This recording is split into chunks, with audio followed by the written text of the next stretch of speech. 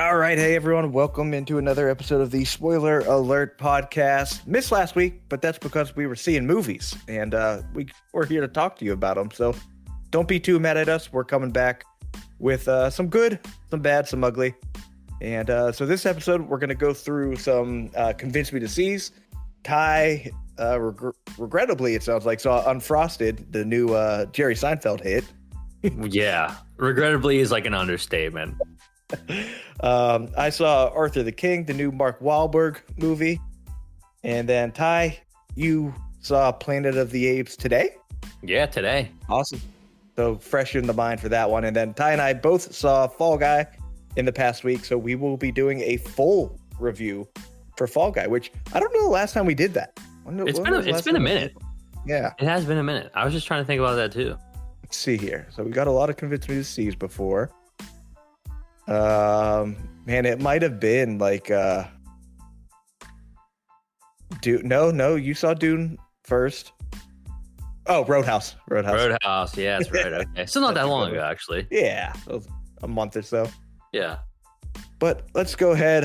Like I told you, Ty, I'm doing these live. I didn't have any notes here for the movies that are coming out, so I'm going to just be reading them off of the screen here. And he's like Ron Burgundy. He will read anything you put on that screen. That's right. Or Joe Biden, apparently.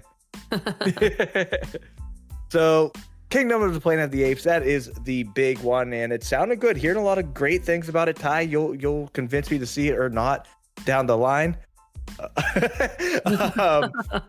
But it is, right now, the highest rated Planet of the Apes film, at least out of this new version. So many years after the reign of Caesar, a young ape goes on a journey that will lead him to question everything he's been taught about the past and make choices that will define a future for apes and humans alike. So Ty, I saw this trailer while we were seeing The Fall Guy, and when they started like talking, the monkeys start talking about how the humans lost their ability to speak. And then it immediately goes to this one's special. Like, she can fucking talk, can't she? And she starts talking. They're like, oh my God. I'm like, okay, how long has it really been? But you get Freya Allen in this one, Kevin Durand. He was just in Abigail. Okay. He was like a big, like, doofy guy in Abigail. Oh my God, he is always a goofy guy. I'm realizing that now. He was that nutcase in X-Men Origins. Yeah, he's in all kinds of stuff. He's like low-key got a lot of movies here. A lot of movie credits. William H. Macy. I don't know why they don't put like names for who they play. I don't know if it's just like they are monkey. He's actually just a guy. So he's just a dude. All right. I can't remember his name. It's something with a T. Ooh. So I'm gonna call it now, and this might be rude and forward, but I pull up Westball, who is the director for Kingdom of the Planet of the Apes. He directed the Maze Runner series, which took a big hoop for me. So exactly, I realized that earlier, and I was like, huh. Oh, great! We also got the writer from Avatar: The Way of Water. All right, Ty. Wow. Okay, now that you say that, I'm feeling a lot of similarities between this and that movie. Yeah. See, again, I'm a fucking broken record with this shit, but I'm realizing just how much the directors matter. And writers. So that is out, Ty. You'll talk more on that one later. I wish I could make like a monkey noise, but I'm not going to try that. Moving on. maybe I can edit one in. I'll find one. Yeah. Ty, I don't think it was too long ago where we kind of talked about like the Scary Movie franchise and those kind of like parody movies. I was going to say we definitely did. There hasn't been one in a while, but here we are. We are getting one. Not another church movie. Taylor Perry, so obviously a hit at Tyler Perry, is commanded by God to write a movie inspired by his crazy, dysfunctional family, but the devil has his own devious plans in this hilarious spoof comedy. So it seems to be really digging into the Tyler Perry type movies, because I don't know what other church movies there really are. How did they get Mickey Rourke and Jamie Foxx? Dude, Mickey Rourke's the devil in this, and Jamie Foxx is God. That is so fun. That's like funny as hell. This movie is absolutely going to be trash. Don't get me wrong, but that is hilarious. Those are the devil and God. I get the names.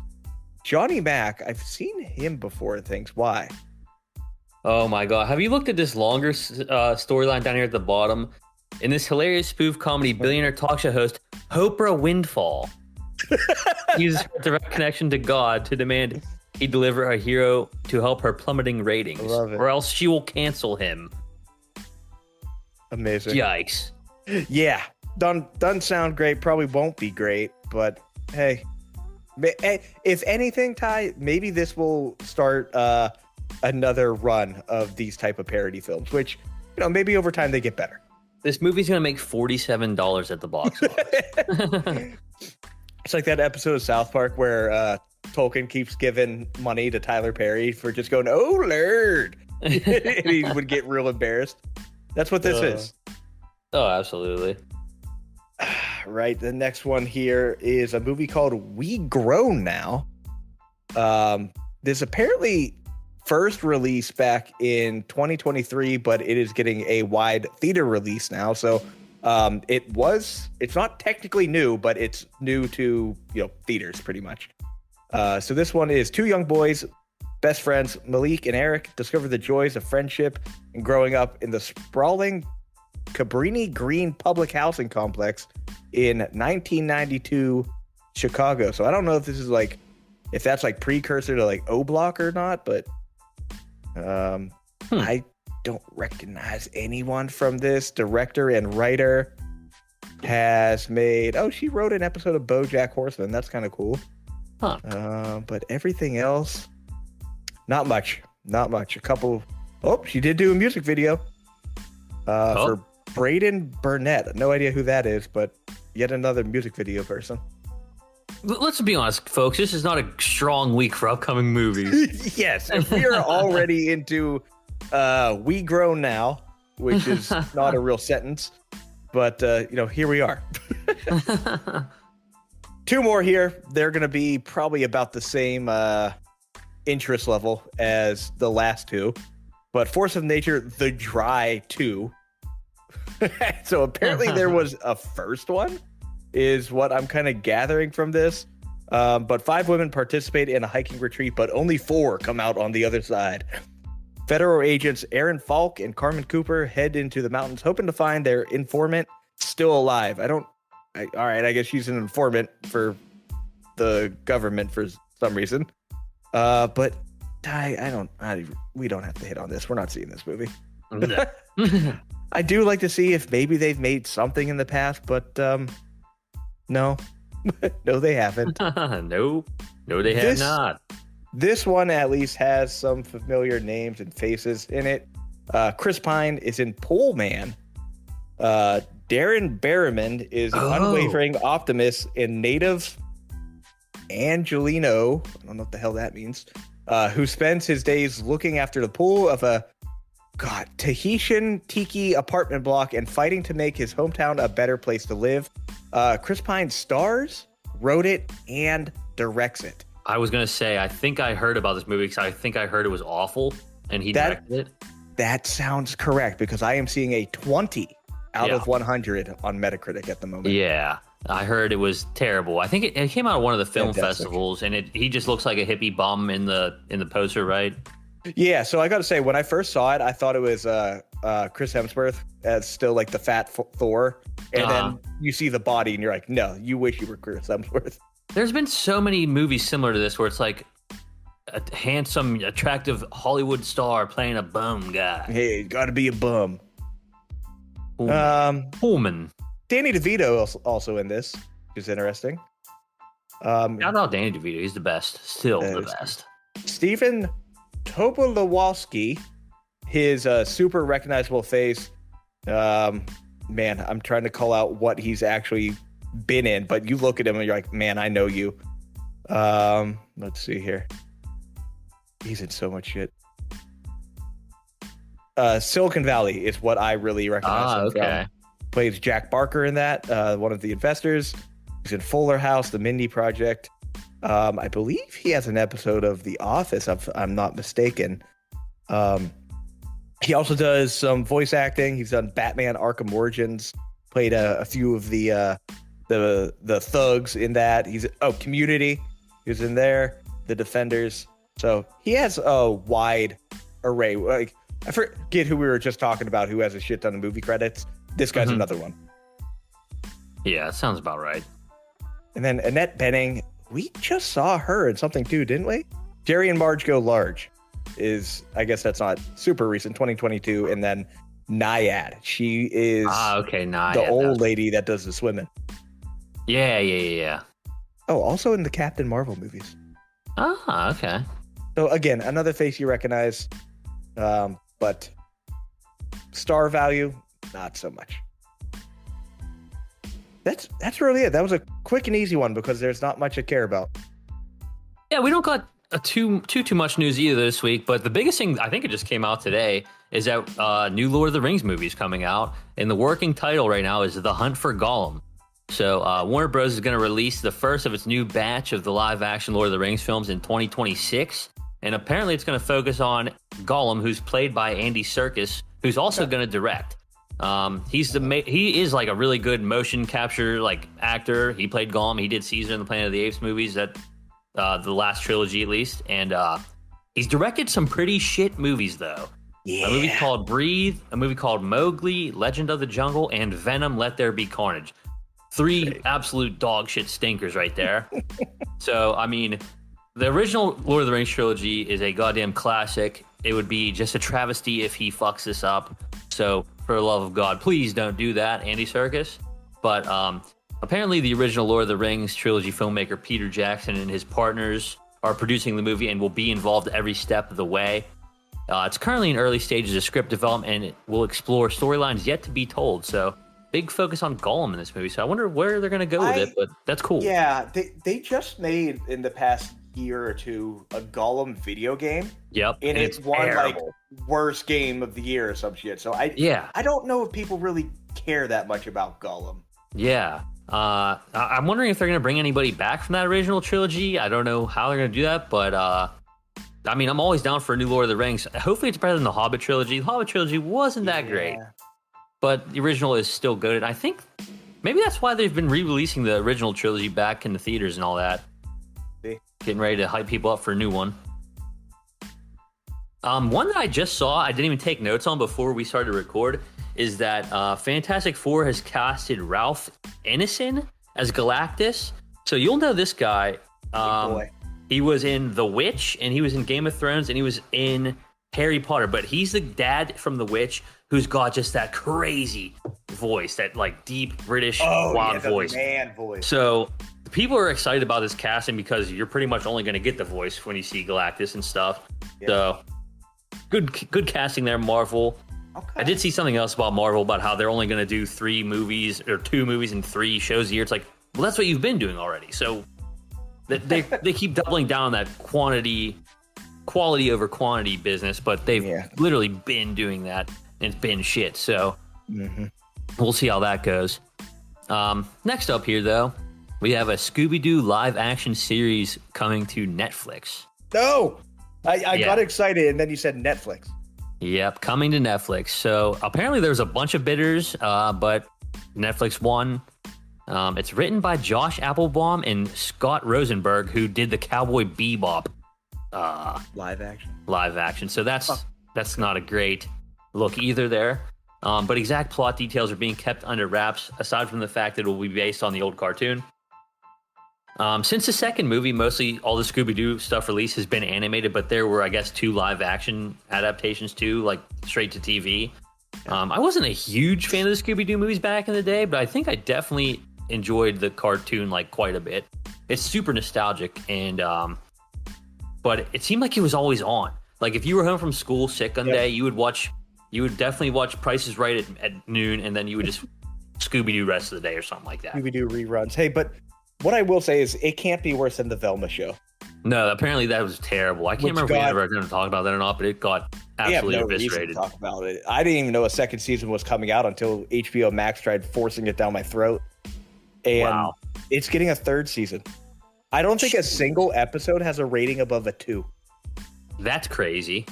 But, yeah, keep throwing that money. Mindy, whatever the fuck her face is, just has that office money that she's trying to get rid of, apparently.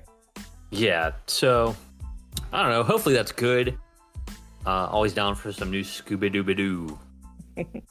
Next up here, a couple more things. We're getting a new horror movie called Bring Her Back. This is going to be from the guys who did Talk to Me. So Danny and Michael Philippou. They're going to direct this new movie for A24. And apparently Sally Hawkins, who starred in The Shape of Water, is going to be starring in this one. Plot details, again, are being kept under wraps for it, but it is also produced by the same people as Talk to Me. And someone else, another producing company called Causeway Films, and they've done The Babadook and Nightingale. So people love The Babadook, but not me. It's okay. But then again, it's going to kick off this summer, I guess, with production. And they're going to be back to direct Talk to Me 2 after this, I guess. So quick horror movie here. Another horror movie afterwards, Talk to Me 2. Talk to Me 2, I'm kind of excited for that because the first one was really good. Yeah, different. I liked it. These guys are kind of going to be like under the radar, like good directors if they bang out another good horror movie here. People are going to be really talking about them. They already were, but now they definitely will be. And then the last thing here, it wouldn't be right if I didn't mention some of this bullshit. We're getting a Mickey versus Winnie the Pooh horror movie. Mm-hmm. It is yet again that time where I talk about shitty public domain horror movies. But it's not from the same team behind Winnie the Pooh, Blood and Honey. So there might be some fighting going on there. Shit, pomp. It's being, I guess, directed by a guy named Glenn Douglas Packard, who I looked into him. He's known as a choreographer and a director of a movie called Pitchfork and a Brooke Hogan music video. Great. Which is the most random shit of all time. And apparently it's not even going to like a streamer like Shudder or anything. It's going to a website called iHorror, which is just such an outdated name. Yeah. Like back when iPod days, they were just throwing that I in front of everything. It seems like deep throat. Yeah, no, I got you. But apparently the film is going to follow two convicts in the 1920s who escape into a cursed forest only to be dragged and consumed into the depths of the dark forest's muddy heart. This is the most dumbest shit I've ever heard. Listen to this. A century later, a group of thrill-seeking friends unknowingly venture into the same woods. Their Airbnb getaway takes a horrifying turn when the convicts mutate into twisted versions of childhood icons Mickey Mouse and Winnie the Pooh and emerge to terrorize them. A night of violence and gore erupts as the group of friends battle against their now monstrous beloved childhood characters and fight to break free from the forest grip. I mean, that just sounds like absolute dog shit. What even is that? That's not what I expected it to be. Like, why do they just transform? First of all, set in the 1920s is wild, and they run into the forest, and then they just transform into Mickey and Minnie. Mickey and Winnie. Yeah, were they even out yet? I don't. When was Mickey Mouse created? Was it? I feel like I know Winnie the Pooh was like during like World War I, I think. So Mickey Mouse 1928. Okay. Winnie the Pooh, I bet, was like a decade later. 1924. So Winnie the Pooh predates Mickey Mouse. That's crazy. Fun fact. Huh. Hold on 1 second. I got to see if Tay's here because I'm hearing something downstairs, and I don't know if it's her. Hold on 1 second. Yeah. We will be held in suspense.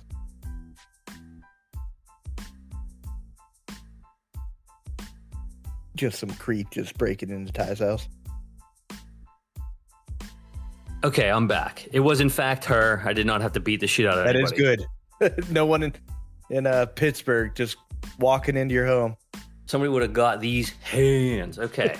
But yeah, that was it for news. Not a ton. Bunch of randomness.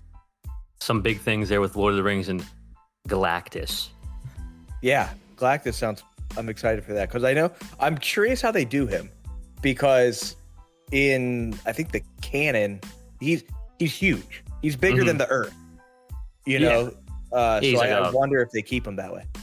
Universal, huge. Yeah. So. And I mean, if we want to get into the Marvel Snap talk, man, I just have not been interested lately. Me either, but I did actually get back into it for this new Battle Pass thing, but Okay. it hasn't Maybe been I'll doing it do for that that well too. either. The new Blink card's actually kind of cool. See, the problem is, like, it seems like as they introduce more characters, they're not like good enough to take over the meta because it's always the same. You know, there's probably 2 decks that always are near the top and everyone's playing because they're just good. Uh-huh. So, Yeah, and if you miss out on some of those cards, you're just yeah, what are you gonna boned. do? But that did force me back into Hearthstone, and I never played Death Knight before. That's been fun. I do Oh like yeah, that. Death Knight's been pretty sick. It's been like I a got year back and a half. into that. I got back into that, and then I haven't been back into it again. So I mean, I still Gotcha. have all my decks laid out and everything. So I need to start playing some more. Yeah. I did. Speaking of that, though, I did see that they're gonna add like leagues to Marvel Snaps. We're gonna have to make a league. I think it's Yeah. pretty much their clan thing. Okay. The throwdown. Join the spoiler alert Marvel Snap League. Oh, well, we're gonna have to name it that now. All right, Ty. Let's talk about your regrets in life here.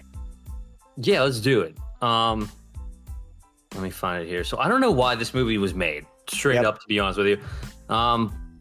Seinfeld's debut directing gig, I think. It's literally just about the creation of the Pop-Tart, which absolutely doesn't warrant a movie, even a dramatization like this. Seinfeld, who is definitely a great stand-up comedian and has a legendary TV show, gathered up all his comedian buddies like Jim Gaffigan, Amy Schumer, Bill Burr, Cedric the Entertainer, Melissa McCarthy, and a bunch of random ones more. I could go on. There's a lot of familiar faces. Gathered all them up, but this just goes to show you that you can be all the funny stand-up you want, but it is absolutely not going to translate to a movie. You can't act if you're a good stand-up, apparently. That's weird. That's such a weird thing.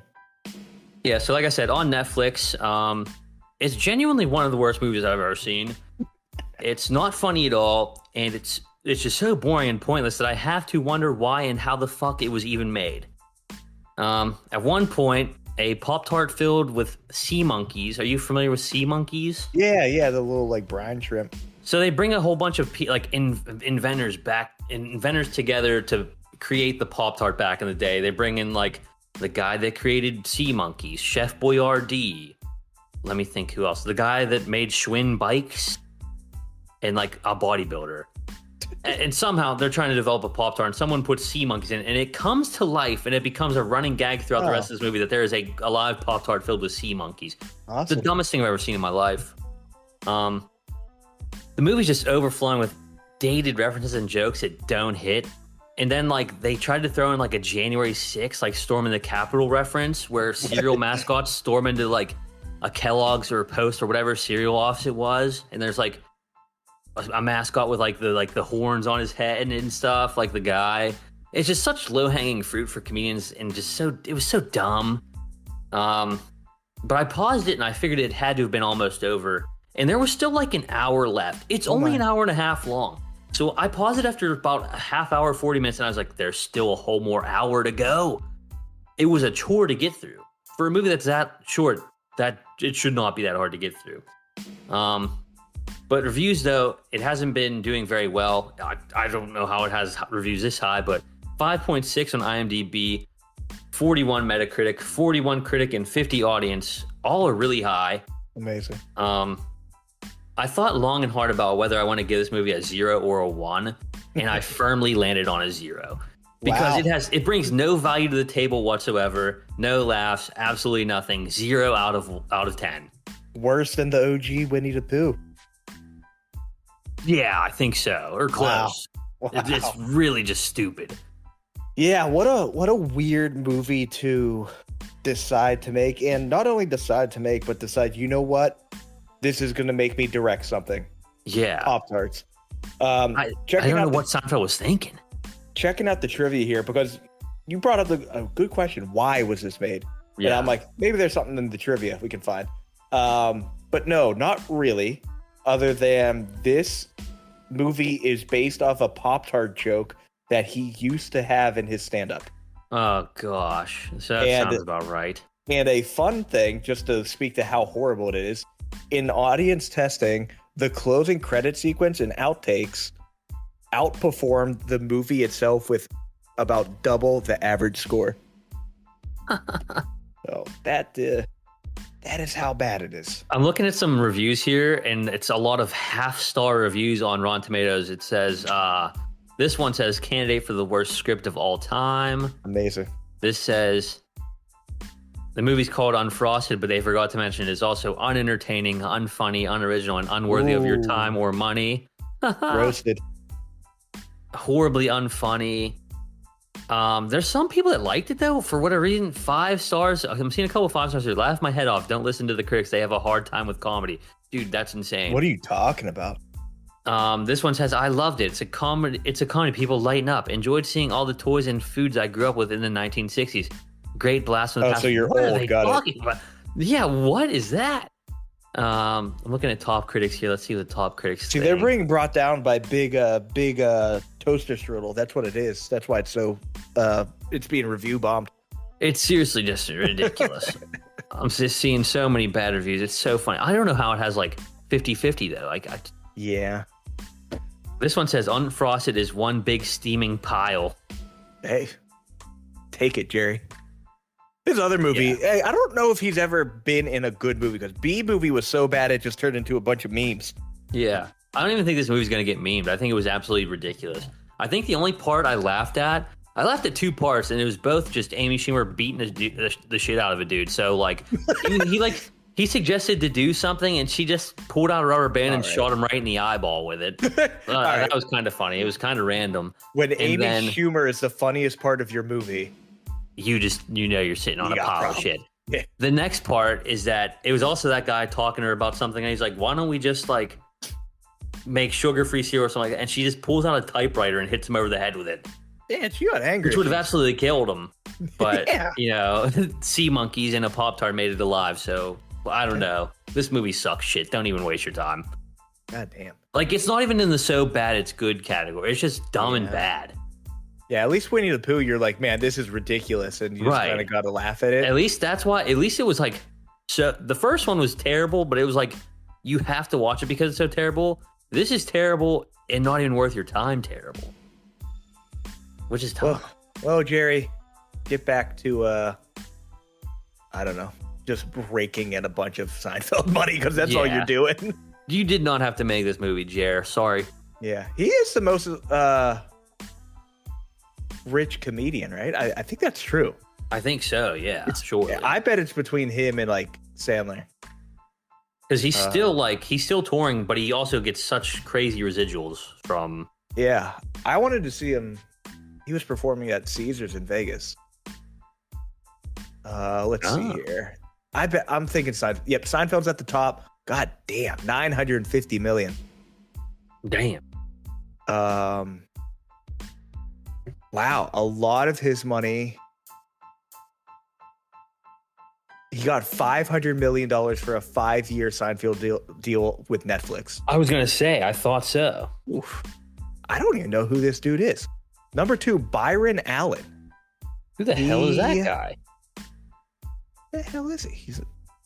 We have the comedian maestro who's been making us laugh since 1979. I don't know who he is. Never heard of him. Rich as fuck. $800 million. Damn. Oh, hell yeah. Matt Stone and Trey Parker, $700 million. Ooh. Those are my boys. You're my boy, Blue. Matt Groening, $600 million. God, that hurts my heart. Ellen DeGeneres, $500 million. Wow. Adam Sandler at $480. All right, I thought Sandler had some more money. But yeah, I figured he did too. Old Jerry, almost a billionaire. That's crazy. That hurts. It is insane. I mean, probably deserves it for Seinfeld and shit, but like, now he's just making garbage. So. Yeah. Unfrost, right. I can't even think of a funny joke to say. Because there's nothing funny about it. Exactly. All right, I saw Marky Mark's newest movie, Arthur the King. The whole time through this movie, I just thought of the Andy Samberg skit from Saturday Night Live where he's Mark Wahlberg talking to animals. Mm-hmm. And he just goes up to a dog. He's like, hey, what's going on? You're a dog, huh? What's that about? All right, say hi to your mother for me. It's just like over and over. So like if you haven't seen it, Saturday Night Live, Mark Wahlberg talks to animals is all I thought during this movie. And I repeated it so often that Sophie started getting really pissed at me every time I said it. But this movie is about a dude who does I forget. Oh, that's not good. I forget the race name, but it's like this adventure racing competition. It's apparently hosted by Bear Grylls, and it is a real thing. It's actually kind of interesting. I think it would be boring as shit to watch on TV, but the concept itself. I think I did watch that. Oh yeah, I think I did watch some of that. Yeah, for a little bit there. It was like I can't remember if it was on Amazon or if it was on Netflix. Yeah, it was kind of wild. It's basically like there's a bunch of teams, and it's like a 3-day race or something like that. Yeah. And you have to like do all kinds of like biking and paddling and swimming, so it's like and running. Triathlon, but with a bunch of shit. Yeah, it's nuts. There's not like a track, you know? It's like you get like one of your guys is like the guide, and he decides what path to take. Mm-hmm. And so like some people, they'll take like the one that actually has a road or something. Some people take a path that's more direct, but you have to like climb a fucking mountain or something. So that's kind of what it's all about. But it's about this guy. Also funny about the real guy, he's like Swedish, and instead of casting, an actual Swede, they bring in Boston Mark Wahlberg to play him, which I think is really awesome. And they don't try to make him Swedish or anything. They don't say anything about where he's from, other than like where they live. It's definitely not America, but they don't try to make him Swedish, so it was fine. But basically, the story is Mark Wahlberg is he's never won this race. He's gotten very close. He's kind of like headstrong. Doesn't listen to anyone, kind of a dickhead. But he wants to go one more time to try to win again. And so he gathers his crew to do the race again. And crazy enough, for almost an hour, the dog is not a focal point at all. You maybe see a total of like a minute or two screen time of the dog, because they haven't met yet. The dog is just living in, I forget where they said they were, somewhere in South America. Okay. So it would just kind of like every now and then it would cut to a scene of the dog like living on the streets and being hurt and limping around, but no real info about this dog. But eventually kind of shows up. They become buddies. I did enjoy this movie. I don't think I enjoyed it as much as the current average rating has it. Currently sitting at a 7 out of 10 on IMDb. I gave it a 6. It felt a little long, and it's only an hour 47. Okay. So when a movie is that short, but it feels long, that something's wrong.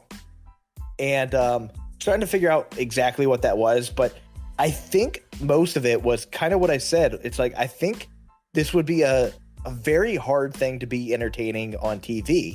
So they really try to like spice up this race into something bigger.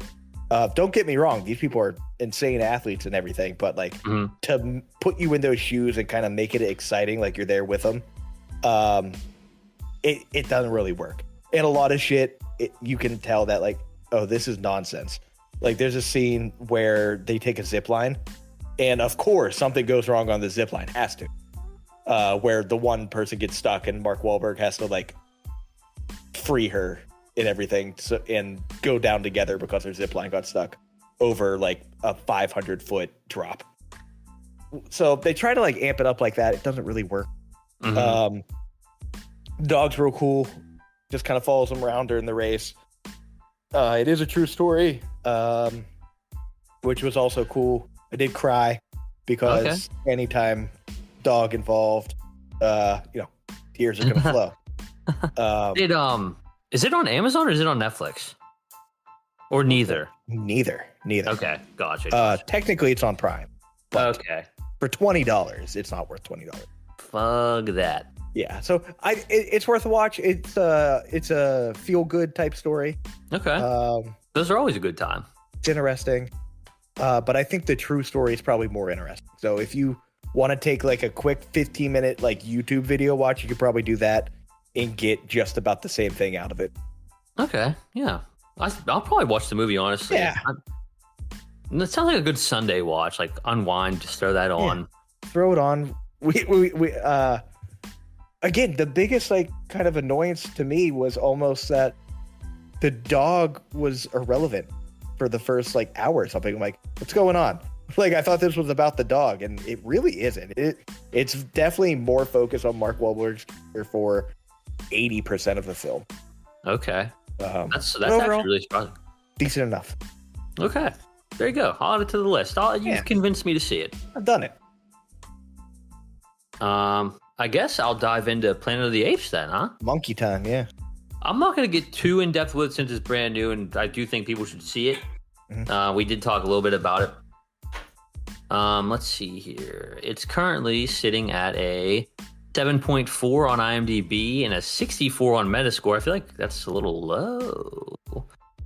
But on Rotten Tomatoes, it is currently at 82% certified fresh and no audience score yet because it just came out today.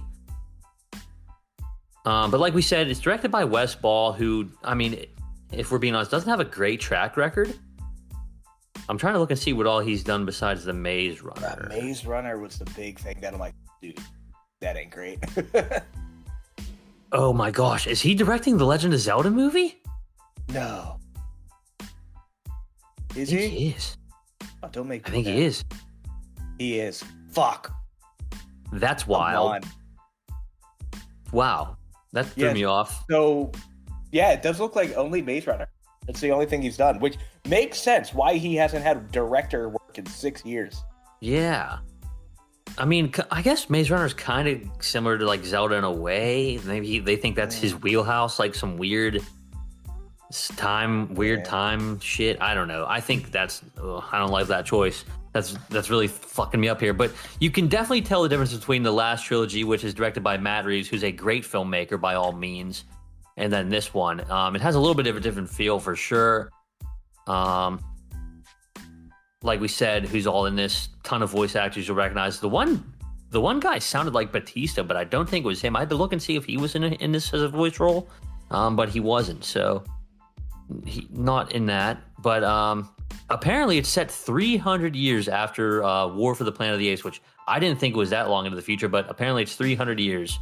That makes sense. So that's because it does give you a title crawl at the beginning, and it says generations afterwards, which apparently it's 300 years. It does have like that video game quest and like side character kind of feel to it. In the beginning, it kind of like takes its time getting going, and it is 2 hours and I think 2 hours and 25 minutes long, which is a little bit on the longer side. At some points, it does get a little bit like, what was the point of this, and where does it go next? Is it just going to lead into another war or something like that? Which they have already done, and they've done really well before. But I do like all the new characters in this one. Mostly Noah, I think Rocca was his name, and then the bad guy ape. The hell was his name? Proxus Caesar. So Caesar, but like Proximus Caesar. So bad Caesar. They kind of just like Caesar, but bad. No, it's definitely worth a watch. I do like the idea. So the idea of this one is like through all that time that's passed, like the original Caesar's like ideas and how he felt about human shit has been like misconstrued. So now like the apes think different groups of apes think differently of like what Caesar thought and did. So that's why there's bad apes, that's why there's good apes. It's a whole thing. So it's basically like the three different big religions. It's like, all right, how do we all decipher this same book? Actually, exactly. Yeah. That's pretty much what they're going for. And then, I mean, I don't want to get too far into it, but I think you should watch it. I thought I was going to like it a bit more than I did. I ended up with like a 7.5 on it. So, I was seeing all those good reviews and I thought it was going to like blow me away and be like a 9 territory. It was okay. It was good. I think it's worth a watch for sure. Probably worth a watch in the theaters just because that's where I'd want to see it. The action's good. It looks good. The CGI is incredible. Voice acting's all really good. It looks really good. but I don't know if it's as good as like War for the Planet of the Apes, which was awesome, or even maybe Rise of the Planet of the Apes, which is the first one. Yeah. But that being said, it's definitely worth a watch, and I think you'd probably like it.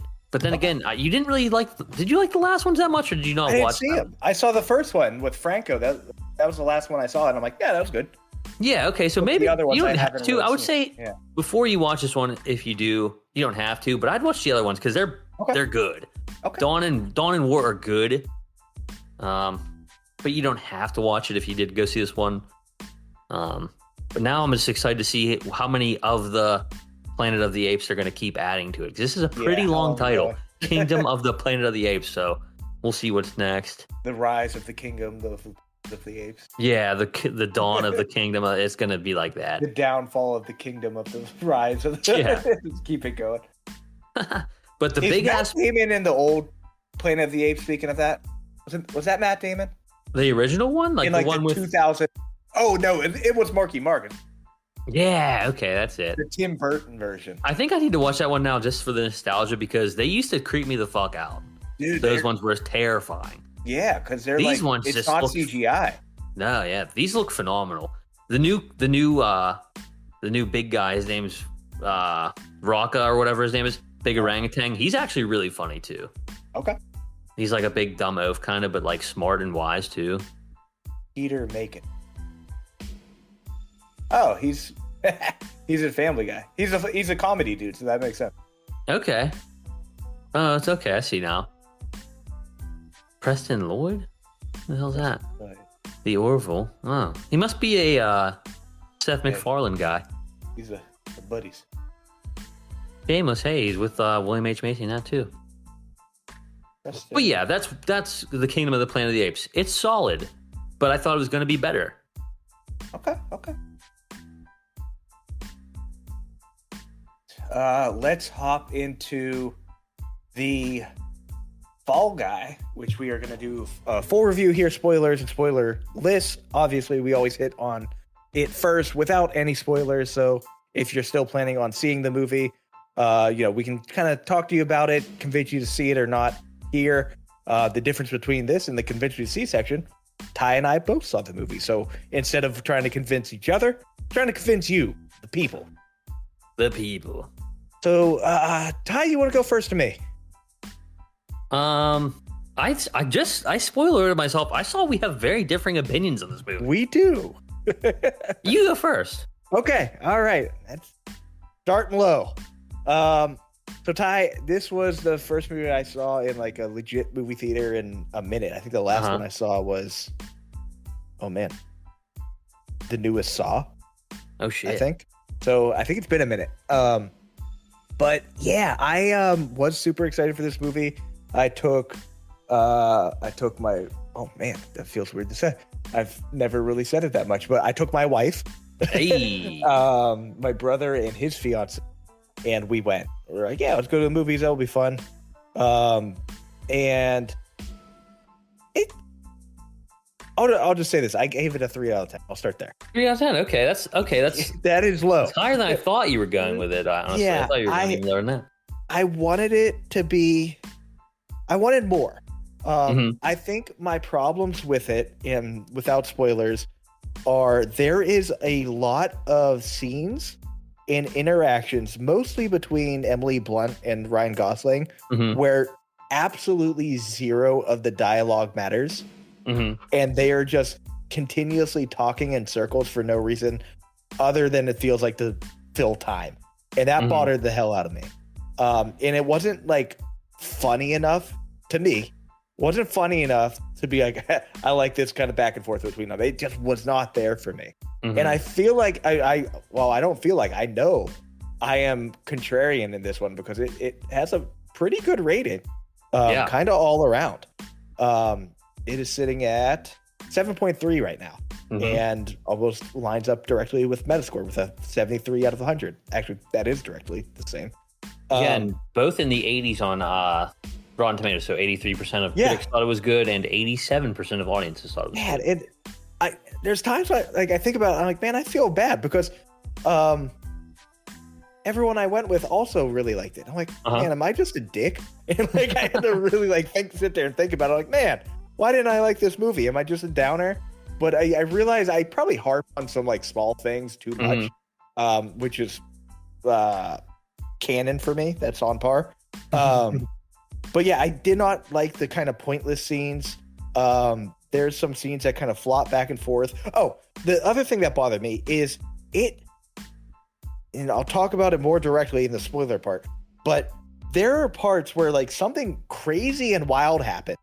Like then 10 minutes later in like movie time, not real time, they're just like completely forget about it and go on doing some other thing. I was like, hey, that dude just died or some shit like that. And no one gave a fuck. And so like that threw me off a bit. And I did afterwards go and look at the director. And I'm like, maybe I just don't like this director. That's not true at all. I love this director. He directed Bullet Train, which I gave a 10 out of 10. I was going to say, yeah, I think it was a Bullet Train guy. Bullet Train was my last 10 out of 10 I have given. Wow. And this dude directed it. And so I feel like I should have liked it. I think he used to be a stunt guy. Exactly. So like I love what they're trying to do, giving respect to the stunt people, the behind the scene dudes that quite literally risk their lives on shit. And I'm almost curious because he was also a producer of John Wick and oh no, I'm thinking of Deadpool. Never mind. There was a stunt guy on Deadpool set that died. Oh, okay. So it's like those people definitely do not get enough props, FaceTime, fame, all that good stuff. And I'm also certain they don't get paid enough. Oh, absolutely. So I absolutely respect that side of thing. I also didn't know this was based on a TV show.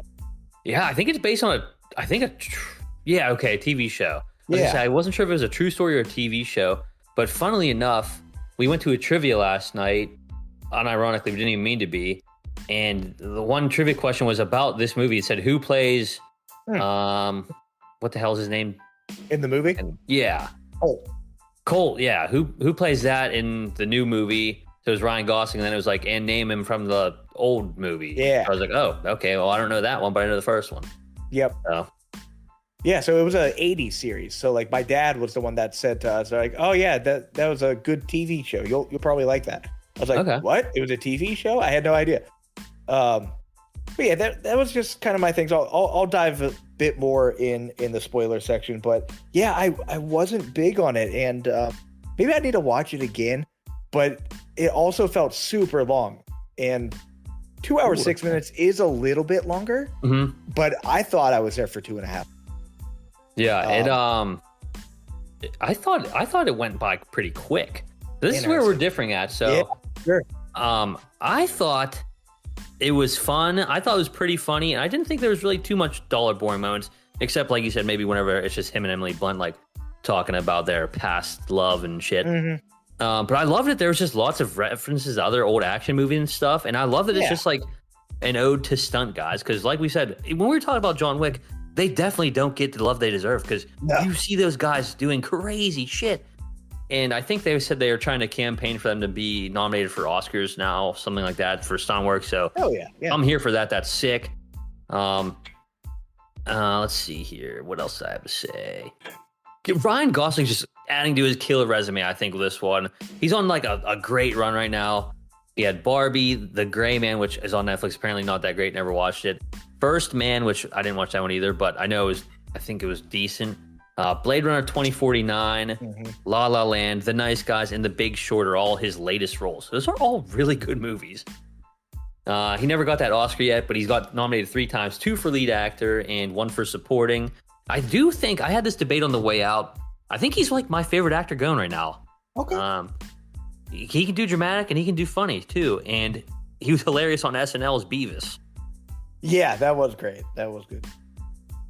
But if you want to dump into spoilers, let's go ahead. I wasn't able to take too much notes on it because I was packed. The theater was actually packed for this movie too, which was cool. Interesting. I didn't want to bust out my phone and didn't jot down a bunch of stuff, but you'll probably jog my memory. School pen and paper.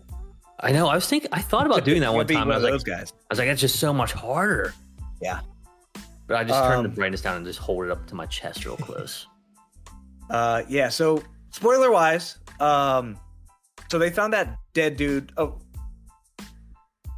If you don't want to hear spoilers, please get out of here. It's not. It's not we're spoiling that much here. I mean, it's like the fall. It's a comedy. It's not some wild thing. It's pretty fucking guessable. Yeah, but so spoiler wise, what kind of killed it? Well, not killed it. What I didn't like was just how it felt like it swapped between two different movies. You know, it felt. There was one movie where it's kind of like a rom-com that they were trying to do. I'm like, that's kind of funny. And then they would hop over to action drama, mystery. Where did this star actor go? All of his stuntmen are dying. What's going on? But the key point that kind of really shows that is when they find that dead dude in the bathtub on ice. He goes out, like calls the police. Is like, there's a dead dude in there, and then he's not there. And then he just goes back to like doing his stunt work and flirting with Emily Blunt. Yeah. And I'm like, all right, do we just not care about that? What's going on? It was definitely, you could see everything kind of coming. You could see that he was set up. You could see all that coming from like a mile away. I will say the very end when it's only action. When they're trying to that whole like last action sequence when they set up Aaron Taylor Johnson and all that. That was sick. Oh, it was so much fun. I really like that part. I wish the whole movie was just that and not kind of that back and forth. I think if it was just like that, it would have felt way more like Bullet Train. That was just kind of like a go type of movie. But I didn't get that. So I did think I thought it started quick, but then it slowed down. It definitely does like slow down a bit. Like I feel like that whole part with like the phone where he's meeting that girl, he meets up with like the assistant or whatever at the dog park.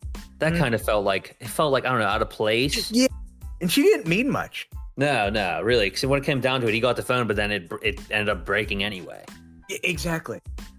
So then it really wasn't necessary. So you're right on that. That fight scene was also sick though. When they were fighting with the phone and what's his name? Winston Duke, who plays Dan Tucker. He's just calling out different action stars before he smacks someone. Yeah. What else? How'd you feel about that Taylor Swift part when he's singing? That was my favorite part. It was funny. It was really funny. It felt like the scene in Barbie when he's singing Matchbox 20. Yeah, exactly. You know, it had that kind of funniness to it, and it's like, you know, she's going to show up while he's sitting there listening to Taylor Swift. And of course she does, and I'm like, okay, we're getting back into the groove. But it's a shame that I thought the most boring part was probably the most important parts, which is the interactions between him and Emily Blunt. I'm like, that's a shame. It felt like Emily Blunt's character was kind of like watered down a little bit. Like I think they could have used her a bit more in better ways. I wasn't really the biggest Emily Blunt guy before, but like I kind of like her now. She was fun in this, and then I realized like in all of like the in the Quiet Place movie, she's pretty fun too. So I kind of like her now. I didn't like her in Oppenheimer though. I was gonna say I forgot she was in Oppenheimer, but she's his wife. Yeah, she was just like a bitchy old lady. Yeah, which I mean, she's, I get it. Yeah, she is. She's oh man, why can't I even remember his name? Krasinski? Jim. Yeah, John Krasinski. Wife. I always forget that, but that's why she's in Quiet Place, and she's gonna be an If that's coming out next week. I'll see that in theaters. That sounds fun to me. Okay, I'm glad you're gonna see that one because that one is not on my list. See, that looks like it's like. Did you like Foster's Home for Imaginary Kids? I did. So that's exactly what this feels like a exact rip off of that. Okay, that's pretty cool. I'm looking at the schedule now. We're gonna have to digress back to the movie to wrap that up. But looking at the schedule ahead, next week is The Strangers Chapter 1, which I'm absolutely fucking seeing. Also seeing, yeah. And then I saw The TV Glow, which I've seen pretty good stuff for, which is another horror movie. That I've heard about that. Looks pretty good. Two teenagers bond over their love of a supernatural TV show, but is mysteriously canceled. Interesting. Yeah, so it might suck. It might be good, but back to Fall Guy. It broke a record. Did you know that? I did see that. I saw that. Looking at it, said broke the record for car rolls 8.5. 8.5 rolls. Also, Ryan Gosling was not the first guy, and this has been in. What was the other movie before we get into that was in development forever before they landed on somebody? Was it Stenicki? Ricky Stenicki? Yes, it was. Yeah, Okay. where they just fumbled through a bunch of people until they landed on John Cena. Yeah, it took like 15 years to make it or whatever. 15 years for it to finally get made. This one took 14. It started development in 2010. Wow. And it was Tom Cruise, Keanu Reeves, Nick Cage, who was also going to be Ricky Stenicki, Jason Statham, and Dwayne The Rock Johnson. Tom Cruise would have been funny, I think, just because like he does all his own stunts anyways. Yeah, I mean that would have ruled. Yeah. I'll put Tom Cruise in anything. That makes me happy. We do need more Tom Cruise. I feel like we only get like one Tom Cruise every couple of years, something like that now at this point. Does he produce stuff? I think what he does, he gets so focused on the movie he's in that he does nothing else. Mm-hmm. Like he has Dead Reckoning Part 2 coming up. What is this? Untitled Tom Cruise Space X project. Yeah, that's the one where he's going into space for. Yeah, they're doing it. Okay, hell yeah. Yeah, that's. I thought they were gonna do that for a Mission Impossible. I think was the initial talk. Yeah. Hell yeah, I fucking love Tom Cruise. He's so cool. He is the best. Anyways, I think this is it's our biggest difference so far. It might end up being like our biggest disagreement for when we have our award show at the end of the year. I think it might, because I went 8.3 on it. I like it a little bit more than Ungentlemanly Warfare. Okay. Not quite as much as like something like, I don't know, let me see what I have rated similarly.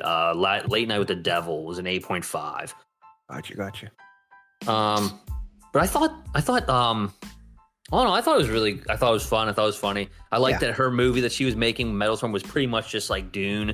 Yeah, they use the same music. When she brings Jason Momoa in. Yeah, that was funny. That was good.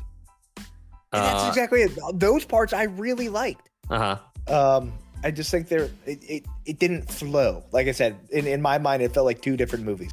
Okay, that's fair. Yeah, but every time they like popped over to them filming the movie, it was the Dune song or whatever, and I'm like, all right, that's funny. It was funny as hell whenever she was pissed at him for leaving and then coming back, and then she just had him get lit on fire and thrown into a cliff. Beat the shit out of him. Beat the absolute shit out of him. It was really funny whenever he was started that car chase for like the first time back, and he's like, the sand doesn't feel very, very grippy, man. The sand feels slick, and he ends up fucking it up. That was pretty funny too. Yep. Just slams the camera. He does have some funny one-liners this movie. I wish I would have wrote them all down, because there's some parts where I genuinely laughed pretty hard. Tay, for what it's worth, Tay and Kelsey both liked it too. Awesome. I told her she'd come on the pod and discuss if she wanted to, but she did not. Yeah, get on here. Actually, I think she did, but she wasn't here, and then she just broke into the damn house, scared the shit out of me. I was like, Ty's getting busted in. Someone's running up on me. All right, to save myself here, Ty, on average, you're still rating movies lower than I am this year. Okay. That's also probably because you watched Unfrosted. Yeah. So that might have a damper on you. That 0 is going to throw a wrench in things. But just going through our top 5 for the moment, I'll work backwards. Abigail, sitting at number 5. I'm probably going to watch that here soon. It's on streaming next couple days. Yeah. So that is sitting at number 5 right now with an 8. I guess technically this is tied for 4. They both have an 8 rating because not both of us haven't seen them. Snack Shack sitting here tied with Abigail at number 8. I'm sorry, at a rating of 8. And then Love Lies Bleeding, also technically tied at an 8. But both of us have seen it, is here tied for 3rd. So I guess technically those 3 are all tied for 3rd. Okay. If you think of it that way, all with an 8 rating. The Ministry of Ungentlemanly Warfare is number 2 right now with an 8.5. Okay. And then, of course, at the top is Dune 2 still at a 9 consensus rating. So at the moment, Dune is safe. The only movie that can overtake it is The Ministry of Ungentlemanly Warfare, but I have to give it a 10. Oh, okay. So I don't know if that's happening, given, like I said, Bullet Train was my last 10. So, but it's still interesting that it has a chance. No other movie has a chance to overtake Dune other than that one right now. I don't know what's going to dethrone Dune, honestly. I'm looking ahead. I'm not sure. We did like the year preview for our first episode this year, and it's like, man, little bit of a down year.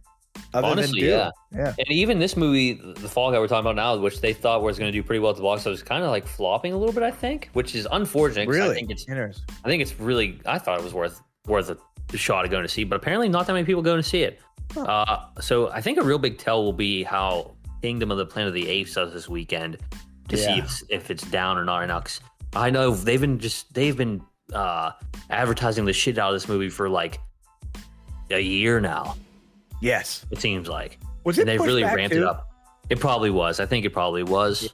Yeah. Speaking of things that get pushed, Nate Diaz and Masvidal got pushed back.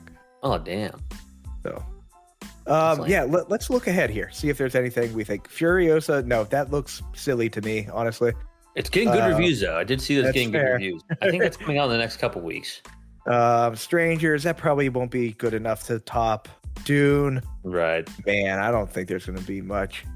Quiet Place Day One. I'm excited for that one, but again, I don't have massive expectations for it. Yeah, I'm not seeing anything that I would give a 10 to. No. Something would have to blow me away to dethrone fucking Dune, I think. I don't know if it's gonna. For me, I think Deadpool and Wolverine has a chance. Oh, I'm excited for the Bike Riders with the bike. That's Austin a good one Butler too. and Tom Hardy. What we got here? A remake of The Crow? No. New Transformers? No. Oh, I do see Joker. Maxine. Okay, yeah, Maxine. I'm probably gonna really love that fucking movie. July 5th. Okay, all right, couple months. Joker. So Joker can be a 10 or a 1. That's true, yeah. It's such a wild card of a movie. Terrorizer 3 or Terrifier 3. Oh hell yeah! I forgot all about that. Gladiator 2. Ooh, man, if they do that movie right, that could be a 10 too. Okay, so there's a couple things here. Yeah, that's in November. That probably it. Yeah, I mean, you get the new Lord of the Rings animated movie in December as well, but I don't know if that'll get up there. But yeah, so a handful of things. It has a chance. I guess we'll end up seeing, but if Dune ends up being the best movie of the year and it came out pretty early in the year, that'd be crazy. Yeah. Makes sense. Wild and crazy. Now they'll be able to pop it in for Oscar awards. Hell yeah. Awesome. Ty, good to be back. Get some good movies next week, too. Yeah, it sounds like we'll have an action-packed episode for next week, too. Awesome. All right, everyone. We will